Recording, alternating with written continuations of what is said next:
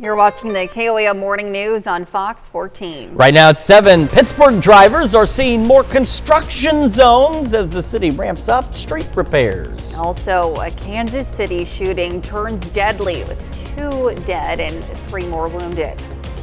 And we're monitoring scattered showers and even a few rumbles of thunder out there. We'll tell you how long this rain's going to last and how long it's going to stay this cool coming up. The 4 states' most watched news starts now. Well, good morning and welcome to the KOAM Morning News on Fox 14. I'm Elise Noe. I'm Chris Warner. It is just after 7 a.m. on this Monday, August the 25th. Is. See, if you sing Monday, it makes it sound like a better day. Like, it's Monday. Let's get to, I don't have anything off the top of my head, but we're going to get things underway. There we go. That rhymes good enough. And things underway, construction in Pittsburgh. Certainly are. Now, the street sales tax program has proven to be a success with more roads in Pittsburgh under repair. KOAM's Mitch Adams brings us more information about the renovations. If you live in Pittsburgh, you may have noticed an increase of road work. The road work is being completed with funds from the street sales tax program and the Kansas Department of Transportation. So the city has a street sales tax program that helps support our maintenance activities for our roadways inside of the town. We maintain around 320 lane miles of streets within the city limits. The sales tax, it's a pay-as-you-go program. We're able to, as we collect those funds, we spend those funds back into our streets. That works as a combination between both city crews and hired contractors for some of our larger projects. We're also able to utilize those tax dollars with other KDOT funds to help facilitate our other street projects for C-CLIP projects. Projects range from resurfacing to full-on rehabilitation, with funds being stretched the best they can across projects. So we continue to maintain a pool of projects within the city, different quadrants within the city. We like to highlight those on our website. There's an interactive map where you can see previous projects that have been done. We continue to review projects in condition assessment, as well as traffic and neighborhoods, and try to just distribute it as best we can for whatever the need is, and there's a lot of need. All in all, the main focus for the city is to continue repair on roads that have a true need for it. Overall, the city street sales tax has passed 3 times now to continue support for this program. City staff does a great job with the resources we have, and overall it's been a positive for our community. Reporting in Pittsburgh, Kansas, Mitch Adams, KOAM News. According to the city of Pittsburgh, the cost to build 1 block of new road ranges from $180,000 to $240,000 for concrete. And it's $150,000 to $210,000 for asphalt. So you don't really ever think about those costs. That's why they don't resurface roads all the time. You know, they don't do your neighborhood street every year. Man, that's a bit costly. It doesn't seem like it, but it certainly can be.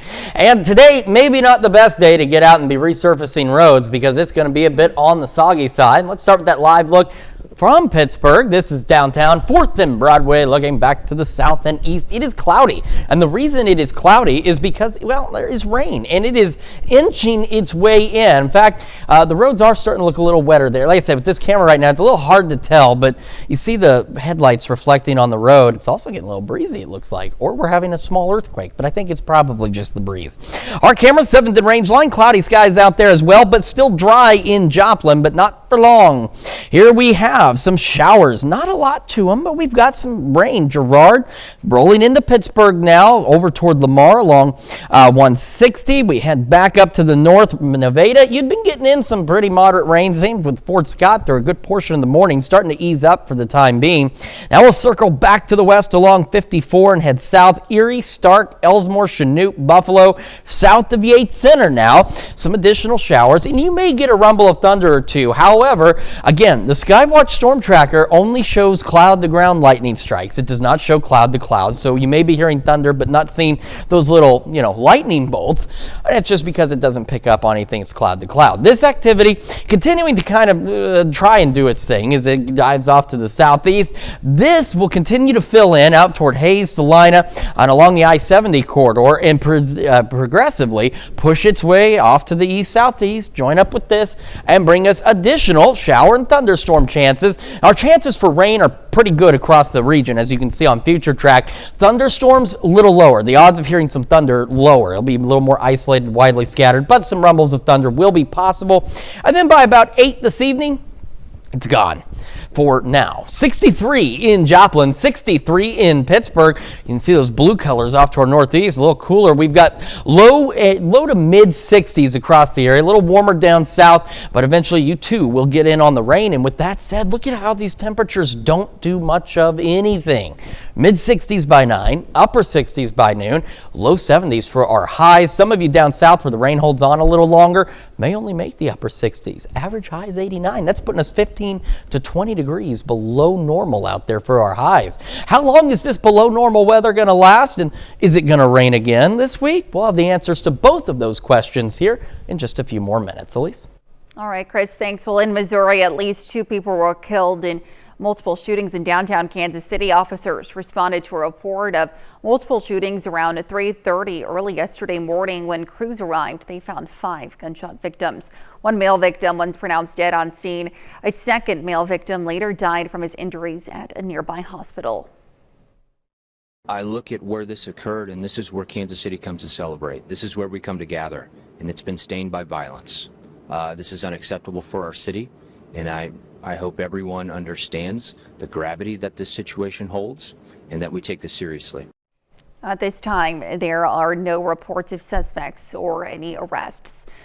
Well, yesterday afternoon in Newton County, a U-Haul failed to clear a train overpass. The crash happened at Highway Double C in Missouri 86. The U-Haul was traveling northbound and was going fast enough that it destroyed the front top of the box, causing 6 to 8 feet to be crushed and pulled back. Upon arrival, the fire department could hear a westbound train idling. It was notified to stop so the overpass could be inspected by railroad officials. The overpass was inspected and determined to be safe for use. The train then continued to the west and all traffic resumed. Missouri State Highway Patrol tell us the driver of the U-Haul was not injured. Last month, Kendall Forbes was involved in a collision that ejected her from a car, resulting in life-threatening injuries, including head trauma. Yesterday, community members came together for a benefit to support her journey to healing. With a $10 donation at the door, the event featured silent and live auctions, a raffle, and live musical performances. And as you can see, the Pittsburgh community showed up in waves to give their support.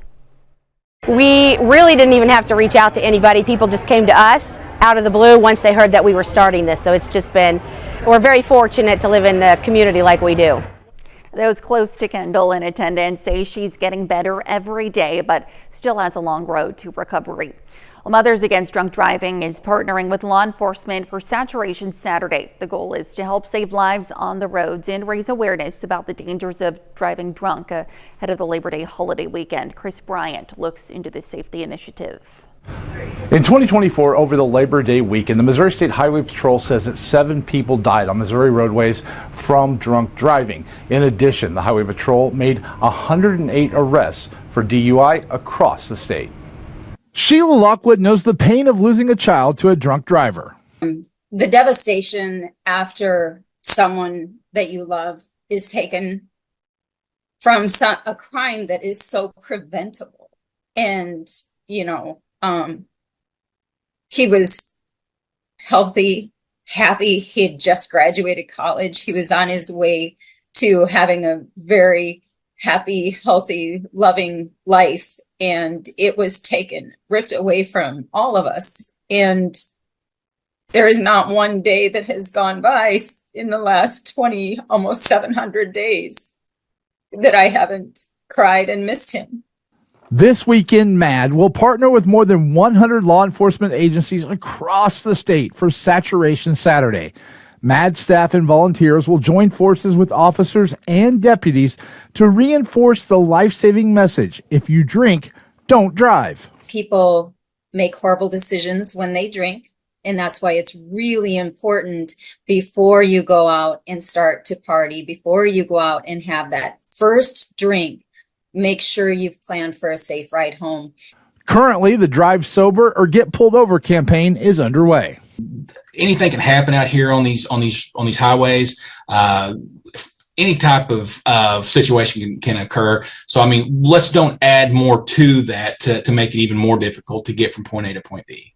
Sheriff Cass Martin says leaving your vehicle at a location because you are impaired is a good option. Just get permission from a property owner or let police know you are leaving your vehicle. It's a win-win. Get home safely, keeping yourself safe and others safe on the road. I don't see why this is such an issue. MAD says while education and enforcement help, the laws and punishments need to be stronger to discourage drinking and driving. People will be, picked up for drunk driving or impaired driving and end up getting a slap on the wrist. Maybe it's changed to speeding or reckless driving or whatever it may be, but it's not fixing the problem. And we have got to do a better job as society to fix this problem.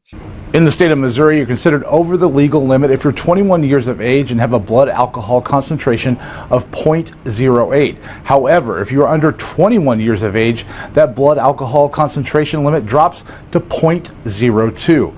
On your first offense for a conviction of DUI, you could face up to 6 months in jail, fines of around $500, and suspension of your license for 30 days. As of early yesterday morning, DWI arrests in Joplin city limits for almost double digits at 12:30 a.m. Those are our top news stories this half hour. Coming up next, Brian joins us from our Veterans First to talk about the Wings and Wheels car show and flying. And later, we look at the Wedding Expo that happened over the weekend. You're watching KOAM Morning News on Fox 14. Time now, 7:11. We'll be right back. Welcome back. This morning we have Brian Jones and Michelle Lee, the president of our Veterans First, with us this morning to talk about their partnership with VFW 5293 and the Freedom of Flight Museum to host the Wings and Wheels car show and a fly-in happening next week. Good morning to the both of you. Thank you so much for being with us this morning. So of course this is a fantastic event that's happening, but for those who might not know about our Veterans First and all that you do within the community, talk to me a little bit about that, Michelle. Sure. Our Veterans First was formed in 2019. We realized that there were some gaps in resources here in this area, and so we wanted to help. We currently have a financial assistance program, a backpack program. There's several different ways that we can assist our local veterans. Absolutely. And talk to me just a little bit over the years of how you've really seen this benefit the lives of our area veterans and just how useful it's been as a resource for them. Oh, we're helping more and more veterans every year. We are very excited about how what we are doing is impacting the number of homeless veterans especially, and those at risk. And so every event that we do just allows us more to give to our local veterans. Absolutely. Now with these events, of course, it's a big help from the community to be not only a part of this to show their support, but to also give those funds to you all to give to our veterans. Talk to me a little bit about how people can contribute for this event before we go into the big details of all the activities happening. Sure. We're excited to have people come in and participate in everything that we're doing. There will be raffles. There's going to be a donation bucket. There's a lot of ways that people can give back. But we're just excited to fill that place up and interact with the community and let them see what we're doing. Absolutely. Now, Brian, talk to me a little bit about just some of the details for this event. Of course, it's September 6th at the Joplin Airport. What else do folks need to know? So if they want to register a car to be judged, they need to be there at 10. Registration is from 10 to noon. We're going to have opening ceremonies at noon. guest speakers. We're going to have some local dignitaries in, like the mayor and some local senators, state senators and whatnot. And then we're going to have a trophy presentation at 4 o'clock. There's going to be a Wheels of Freedom monster truck there giving rides. There's going to be bounce houses, food trucks, airplanes flying in. So we're trying to, hit all the checks, and just make sure everybody has a great time. Well, it sounds like it's going to be an absolutely fantastic time. If people want to find out more about Our Veterans First or just the event in general, where can they do so? Okay, well, we have a Wings and Wheels Facebook page. They can also go to the Our Veterans First Facebook. And we also have a website, which is www.ourveteransfirst123.org. All right. Well, Michelle and Brian, thank you so much for being with us this morning. Happy to have you. Stick around. We'll be right back. Welcome back to the KOAM Morning News. 7:20 now on this Monday morning. Starting with Skywatch Storm Tracker. Got some showers out there into southwest Missouri, back through southeast Kansas. So around Stockton, Sheldon, just south of Nevada. Lamar, you're getting in on this next round of rain, as is Greenfield. Pittsburgh, raining there as well, with this finally pushing through back toward Girard. Lighter showers, Erie, Chanute, north of Fredonia and Yates Center, Iola, finally getting an opportunity to at least briefly dry out. And then we got a few isolated showers here just south of Grand Lake in between Grove and Jay.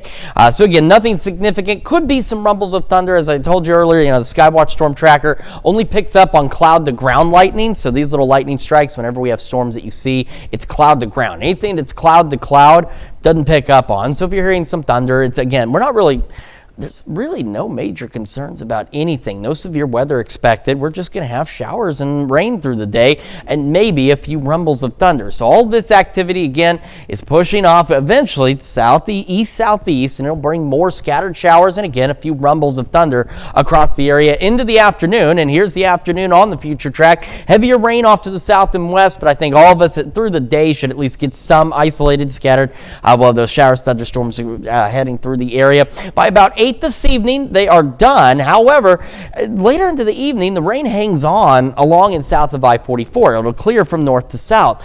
So, with our highs today, all of us are below average. That's just going to be the way it is. But some of our northern counties, if you get a little more sunshine, a little more clearing before sunset, you might go a couple of 3 degrees warmer than everyone else to your south. But still, we're talking then even only about 74, 75 at most. And our average high this time of year is 89. Tomorrow, we showed it last week on the long-range future track where it kept rain to our south and west. Still seems to be the same case for Tuesday. Future track thinks maybe an isolated sprinkle or two. We're going to put, it's like a 2 or 3% chance at best. So not really expecting much for Tuesday. We should be partly cloudy, which will also allow us to warm up a bit. We'll still be below normal, but we will be a bit warmer, and that will carry on into our Wednesday. As again, we're going to spend a good portion of the day dry and partly cloudy. Now, there's some differences in some of the model data as to when the next round of rain starts on Wednesday. This one, which is short term, as you can see, it's increasing the clouds by Wednesday evening, but not the rain. But I do think maybe as early as 5, we could start seeing some scattered showers and thunderstorms. And see, the short range future track here is developing them overnight. I think we'll have more showers and storms overnight Wednesday into Thursday, but I think they're going to start a little earlier than what that was showing you. All right, so again, scattered showers, storms out there, still cloudy from 7th and Range Line in Joplin, but still dry for now. And these temperatures not moving much. Mid-60s to start, upper 60s by 11 a.m. Our highs today, most of us into the low 70s. Now, south of I-44, where the rain may hang on through sunset, you may only make the upper 60s. So that's about 20 degrees off pace for average. And it's cold for August. It's cool for sure. East winds 5 to 10 and below average. Tonight, chilly. Back down into the mid-50s. Rain wrapping up by 8. Partly cloudy skies. East breeze 5-10. So here's what I was talking about on the future track. Now, it shows it as early as noon on Wednesday on the long-range one. I think that might be a little too early, but I do believe by about 5 or so we'll start getting scattered showers and storms. But take a look at going into Thursday morning. See these yellows and oranges? The potential for heavy rain is there on our Thursday, and so we don't have any flood watches or anything in place at this point, but it is something we want to watch. because we could get some very heavy rainfall from Wednesday night into Thursday. Low 80s, so still below normal, but warmer tomorrow and Wednesday. In fact, you will not find a normal day out here. We'll have some scattered showers into the weekend, so don't cancel your holiday plans. Just have a dry spot just in case. And while we warm up next week, we're still a bit below average, low to mid 80s. Let's check your forecast. We're back with more right after this. The 120th annual Old Settlers Picnic hosted by Uniontown Old Settlers Association. We have Michael Ramsey and Rhonda DeWitt with us this morning to talk about all of the wonderful attractions this year. Well, thank you so much for being with us this morning. Thank you. Good morning. Both. So 120 years, that's certainly a long time. Talk to me a little bit about this event and just how you guys have got to go on for 120 years.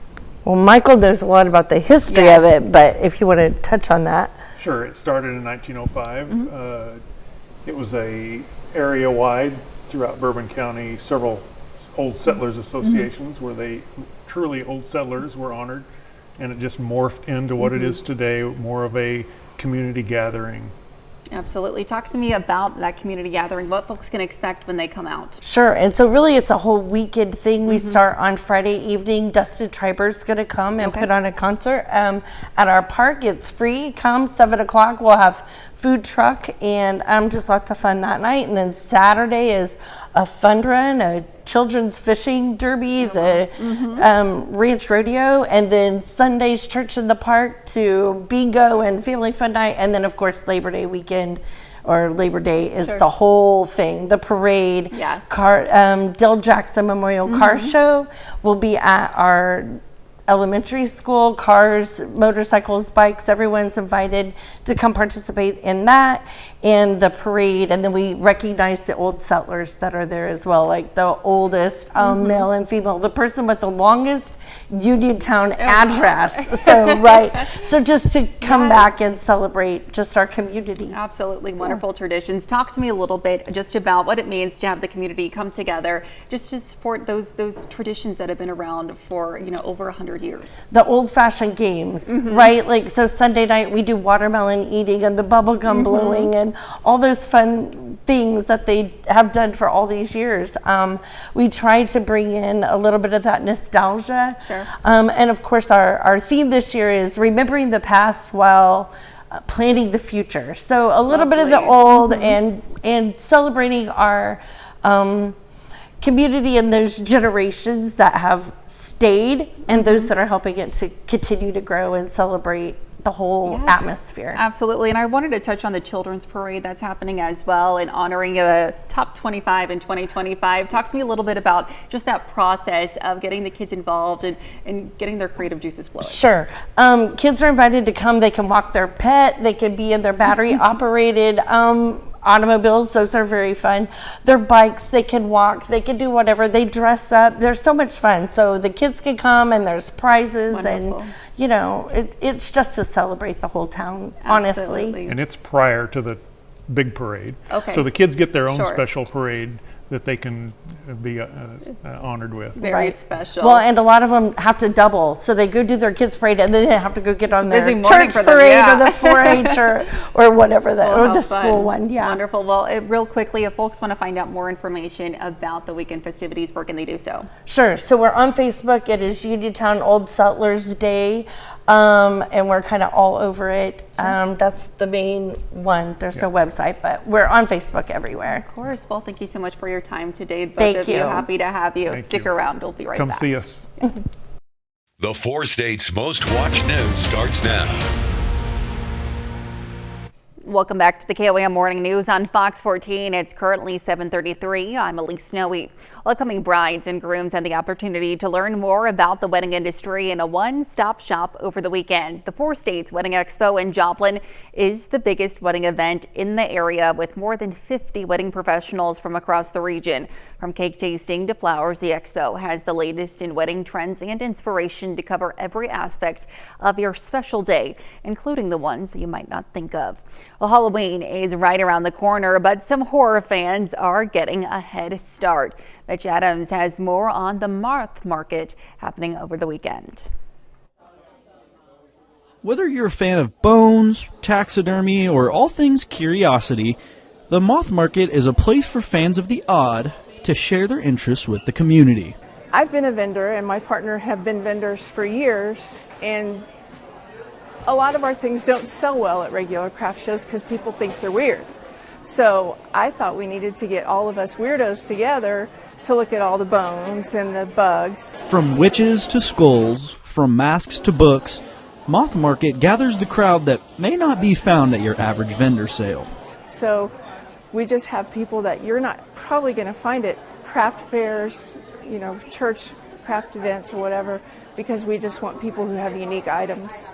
The Moth Market is a way for people with unique hobbies to connect with another, or maybe send a shiver down the spine of someone new. Keep an open mind, because there's some stuff that some people find gross, but they just should keep an open mind and be able to look and enjoy what's here. Reporting in Joplin, Missouri, Mitch Adams, KOAM News. Now, the theme for the Moth Market's event Sunday morning was slasher, honoring classic slasher horror films from the 1980s. Well, for the second year, Gorilla Car Fest was held at Pitt State. The event helps raise money for the student scholarships in the health, human performance, and recreation. 50 cars were slated to show up, with the top 2 in 4 different categories receiving trophies. The event was held at the Student Recreation Center parking lot, with multiple organizations and food trucks coming out to show support. The fact that this was all student-led, so just like a round of applause for all of the students that helped put this on and all of the volunteers that have put time into doing this. Last year, the event had 30 cars and raised almost $1,000 for student scholarships. Let's take it over now to Chris for a quick look at the forecast. Well, we told you rain would be making its way into Pittsburgh, and it has. It is raining now. The roadways are wet, and I checked this out. It looks like somebody spilled some white paint or something along Broadway, and it's just kind of trailing down that left-hand lane. But I zoomed in. It's not just a weird reflection on the rain. It's like white paint or something down there. So if you're driving, you don't want white paint on your car. Just keep that in mind. Our camera 7th in range line. Now, the Joplin side for now is dry. And, of course, eventually that rain will make its way down here. But at least for the kids heading out this morning on the school bus, it is dry. But hopefully you sent them with an umbrella, because it will not be dry later today. Here's a look at Skywatch Storm Tracker. Got some scattered showers down parts of Delaware, Benton County. And all of this continuing to push to the southeast, stretching back from Greenfield all the way through Lamar, Jasper, Pittsburgh, up toward Chanute, south of Yates Center. And then we've got all of this activity that's filling in out here. It's moving east-southeast, so progressively it will bring additional scattered showers and even a few rumbles of thunder out there. No severe weather expected. In fact, those rumbles of thunder should be pretty few across the area. It's mainly just a rain event today, and it's going to be a bit of a cool rain as well. Now, as we head into the evening, those of you up north, you get a little more sunshine, might be just a hair warmer than everyone else, but we are looking to be upwards of 15 to 20 degrees below average today, with the rain wrapping up by about, say, 8 o'clock this evening. 63 in Joplin. Now it's raining. 61 in Joplin this morning. Take a look at some of these temperatures. Iola, you are at 59 degrees. It is the last week of August and you are at 59. The rest of us low mid 60s, some upper 60s down south. Temperatures not moving a lot. Mid 60s by 9, upper 60s by noon. Low 70s for our highs. Again, up north maybe a little warmer. If you're south of I-44 where the rain hangs on a little later this evening, you only may make the upper 60s today. We'll have that east breeze at 5 to 10. We have additional rain chances this week, and these temperatures are going to stay pretty darn nice as well. We'll go over all the details in your full forecast here in just a few more minutes. Elise? All right, Chris, thanks. And that's a look at our top news stories coming up this half hour on the KOAM Morning News. The FDA has extended its recall on frozen shrimp. We'll take a look at the 4 states are at risk. Time now, 7:38. We'll be right back. Watch, the FDA has extended a recall on some frozen shrimp that might be contaminated by a radioactive element. Southwind Foods of Carson, California, a food distributor, has voluntarily recalled a limited quantity of frozen shrimp. The shrimp was sold under several different sizes and brand names, including Sandbar, Best Yet, Arctic Shores, White Arctic Shores, Great American, and First Street. The products were sold in 9 states: Alabama, Arizona, California, Washington, Utah, Minnesota, Massachusetts, Pennsylvania, and Virginia. The FDA says it found a cesium-137 in a shrimp shipment that didn't enter the U.S. and may have been unsanitarily packed or prepared by an Indonesian company. Cesium-137 is a soft silver white metal that becomes liquid at room temperature. Radioactive isotopes, when ingested in large amounts, can damage organs and lead to effects like cancer. Consumers should throw away or return to place of purchase for a full refund. More info is available on the FDA.gov's recall page by searching for Southwind Foods. And those are our top consumer stories. Let's take a look at the market prices before the opening bell.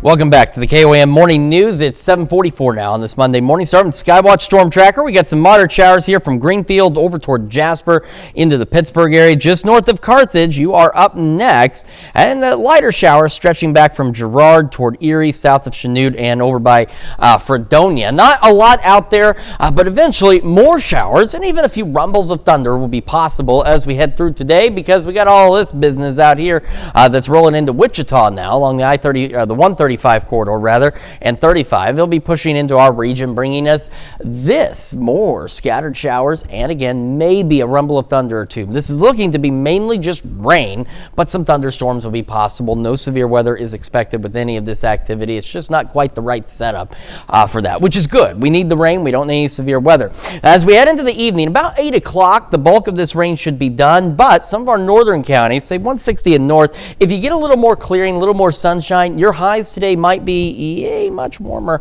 than everyone else, say 74, 75, but that is also if you get enough clearing. If the clouds are still too thick, you may not really warm that much at all. Down south, though, if you're long and south of I-44, your highs may only make the upper 60s because that rain, again, won't be done, the bulk of it, until at least 6 or 7, and so that's going to leave a lot of cloud cover, which means through sunset, you're not going to see a lot of sunshine.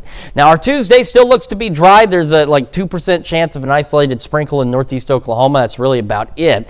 So future track from last week had it pretty accurate. It kept the showers and storms off to our southwest for Tuesday. That's exactly what we're looking at. Now, where there's some debate is for Wednesday. We're going to be partly cloudy, dry, a little warmer Tuesday, Wednesday. Southerly breeze builds in Wednesday. However, this future track, the shorter one here, does not show any of this rain for Wednesday until well late into the evening, 10, 11 o'clock at night, continuing into the overnight. But I do think it's going to start a little bit earlier than that for our Wednesday.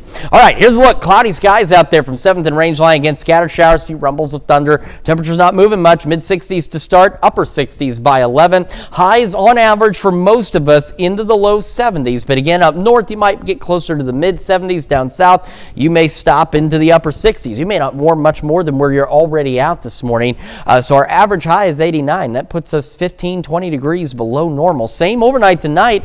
We should be into the upper 60s for our lows. We'll be back into the mid-50s, so 15 some odd degrees cooler than average, and a very chilly night for August at least. Partly cloudy skies. Again, rain wraps up by 8, east breeze 5 to 10. So I was talking about with Wednesday, and see, this is where it gets interesting in the disagreements, because this one, the long-range feature track for Wednesday, has some showers and rolling into parts of southeast Kansas, northeast Oklahoma as early as noon on Wednesday. I think that's too early, and on the short-range one, that doesn't have them here until 11 o'clock at night, almost 12 hours later, I think that's too late. We're splitting the difference. I think closer to 5, 6 in the evening on Wednesday, we'll get additional showers and thunderstorms, and some of these, as we go into Thursday especially, could produce some pretty heavy rain in this yellow and orange zone. So we don't have any flood watches right now, but it is something we're keeping an eye on, because while we need some rain, this may produce some very heavy rain, especially in the first half of our Thursday. And then we'll have just kind of some scattered showers, few rumbles of thunder Thursday into our Friday as well. And that'll continue into the upcoming holiday weekend. So don't cancel your plans, because those chances are low. Just make sure you got a dry spot to go just in case. Again, warm but still below normal tomorrow and Wednesday, low 80s. You won't find an average temperature anywhere on this extended forecast, as we're into the upper 70s, low to mid 80s. Our overnight lows still upwards of 8 to 10 degrees below normal as well. Let's check your forecast. We're back with more after this. Well, a school in California is motivating students in the classroom with a new addition to campus. It's a therapy dog, and as Fox's Delaney White tells us, the dog has caused enrollment to increase dramatically. Knock, knock. At Howard Gardner Community School in Chula Vista, Thunder's here. Naughty! the most popular student. Do you want him to join your reading? Come here. Is just 8 months old. Meet Thunder the therapy dog, a Siberian Husky mix with a gentle disposition, changing the lives of young learners. When I got here, I noticed we provide a lot for what the kids need, but there was something missing. Shaw thought a dog might be the perfect addition and began fostering Thunder. When she brought him to school, it quickly became clear he was exactly what these students needed. Kids would say, hey, I'm upset. Can I come in and spend time, cry it out, and play with the dog? Given the positive interactions with students, it was a no-brainer. Thunder would become part of her family and remain a permanent fixture at the school, even wearing his own ID. We decided to adopt him. The school is its own district, authorized by the county and created in 2012 to cater to all kinds of learning styles. But they also cater to a significant level of need in the community. We deal with everything that everybody else deals with, but it's very concentrated here. We have high needs. With a 20% homeless population, students at the school face many invisible challenges outside the classroom. So we have some families that have been in their cars, others that live with members, 10 in a household, and a single bedroom. With many of the students showing up shouldering heavy burdens. A lot of kids just carry trauma and they want to be with him. But even the hardest days and toughest emotions, he's gonna lick you, are softened by cuddles from their furry friend. They come in with a lot and sometimes they just need to decompress. So it is Thunder time in the morning. Students can use their hard-earned points for good work in school to spend time with Thunder, take selfies with him, or even treat him to a spa day. It smells like wet dog. I think that he's having fun here and he doesn't have no problems. During his spa day, the gentle giant even gets his teeth brushed, followed by a sweet treat and a nap for a job well done. And thanks to Thunder, attendance is through the roof, enrollment is through the roof. We meet everybody where they're at, no matter who they are. We love them all.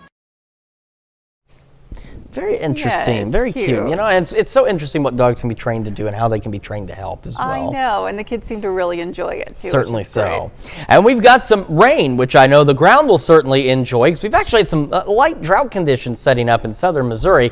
Let's start with a live look, it is a live look at the Skywatch Storm Tracker. And we've got those showers continuing to push to the south and southeast. So Joplin, eventually rain moving your way. But as you see, we got this bulk of more rain that's now, take a look. It was moving southeast, but you see here how it's starting to turn east. It's going to bring additional scattered showers, few rumbles of thunder, nothing severe, but we're going to get some much needed rain across the area through a good portion of the day, and it'll eventually begin to come to a close around 8, 9 o'clock tonight, or actually 7, 8 o'clock this evening. And then tomorrow, partly cloudy skies, a bit warmer for us. More rain chances later this week. We'll talk about that, the cool temperatures, and your wake-up recap right after this. Well, this is your Wake Up Recap for August 25th. Your top stories to start your day. Downtown Kansas City becomes a crime scene as multiple shootings claim 2 lives and injure 3 others. The Sunday morning violence prompts a major police response, but no arrests have been made. Newton County officials respond to a crash when a U-Haul failed to clear a train overpass. The impact crushed the truck's top and triggered safety protocols that halted train traffic for bridge inspections. The driver avoided serious injury in the high-speed collision. And Saturation Saturday puts extra officers on the roads to catch drunk drivers before the Labor Day holiday weekend. The Mothers Against Drunk Driving Partnership aims to raise awareness and save lives. And that's a check of today's Wake Up Recap. And we've got scattered showers, thunderstorms possible out there as we head through the day today. Highs for most of us, low 70s, some of us maybe some upper 60s, others maybe close to the mid 70s. Showers, thunderstorms should wrap up by 8 o'clock this evening. Very chilly for August, mid 50s overnight tonight. And then warming up, a little more sunshine tomorrow, Wednesday, low 80s, but our average high 89, so still below normal. More rain chances late Wednesday into Thursday, watching the potential for some flooding out there as well, because we could get some pretty heavy rain on Thursday with some of those showers. And then the holiday weekend, we do have some scattered showers. Not anything you need to cancel your plans with, but as we've discussed in the past, just have a dry spot just in case. And again, our temperatures below normal across the board. Average low is upper 60s, average high upper 80s, and that's none of those numbers on there. So certainly not complaining about this nice free trial of fall. Not at That all looks great. It certainly does. Well, thank you all so much for joining us this morning. We had so much fun doing this that, you know what, we're going to come back today at noon and do it all over again. Have a great rest of your morning.